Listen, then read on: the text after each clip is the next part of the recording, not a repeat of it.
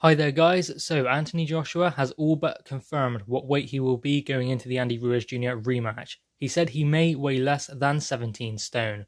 Now last time he weighed in at 17 stone 9 and he looked quite bulky, but this time he's more trim, he's a lot more lean. So in the rematch, obviously, he's expecting to come in the high 16 stones and low 17 maybe.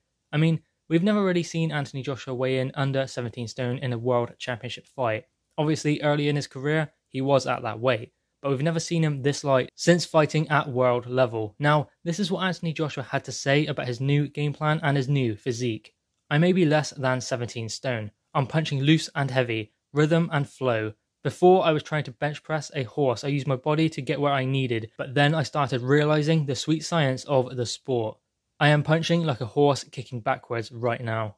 So that is what Anthony Joshua had to say about his new weight and new physique. Now we knew he lost a little bit of weight. We didn't think he would be that much lighter because obviously Anthony Joshua always looks lighter and then he usually weighs in the same anyway. But this time he has confirmed he will be a little bit lighter. Maybe 17 stone, maybe even under. Now obviously this is going to tie in to his game plan. He also said he's punching loose and with rhythm as well, which is very important because when you tense up and punches are thrown when the body is tense, it takes a lot more energy out of the body. So obviously punching looser means he is able to retain that energy, and obviously volume of punches is going to be very important as well.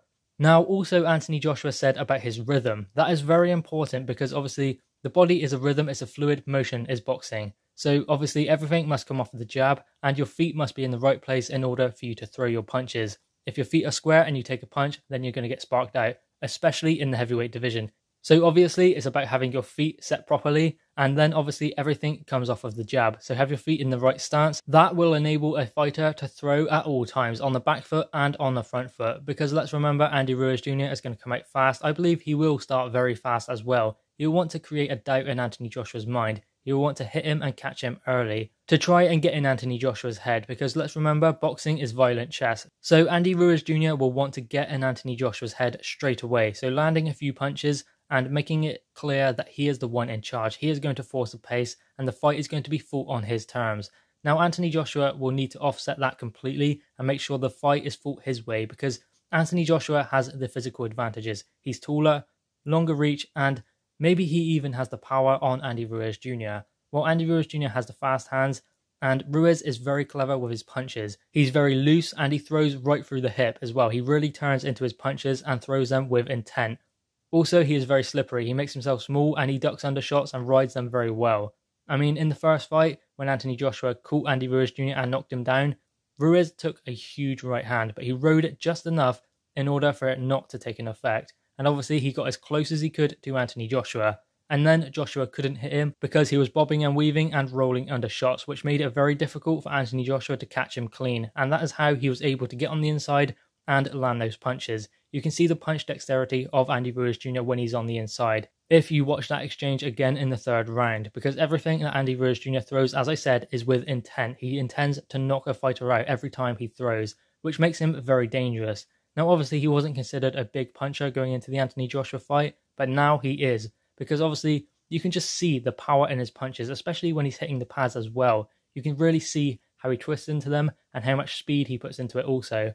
It's the speed of the punches as well that causes the problems, because you don't see them coming. It's always the punches you do not see coming that manages to knock you out. Now, obviously, there have been some concerns about Anthony Joshua's weight and his ability to take a punch if he is lighter.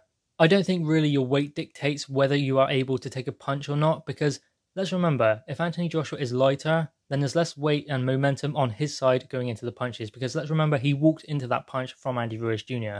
So if there's less weight walking into that punch, then that will also mean that his own momentum does not impact the punch that he receives as well. And also his punching power, that won't be impacted all that much either. Look at Deontay Wilder. He weighs in just over the cruiserweight limit sometimes, especially against Tyson Fury. He was nearly a cruiserweight, yet he is still able to generate that much power from his punches. It's not about your weight. It's more about speed, torque, and weight distribution. It's about that ability to transfer your weight from your back foot to your front foot and really twist into the shot and punch through your target. So guys, what are your thoughts on this? Anthony Joshua saying that he will probably weigh in around 17 stone or maybe even under. Drop your thoughts in the comments below, guys. Click the thumbs up and subscribe if you are new. Thanks, guys.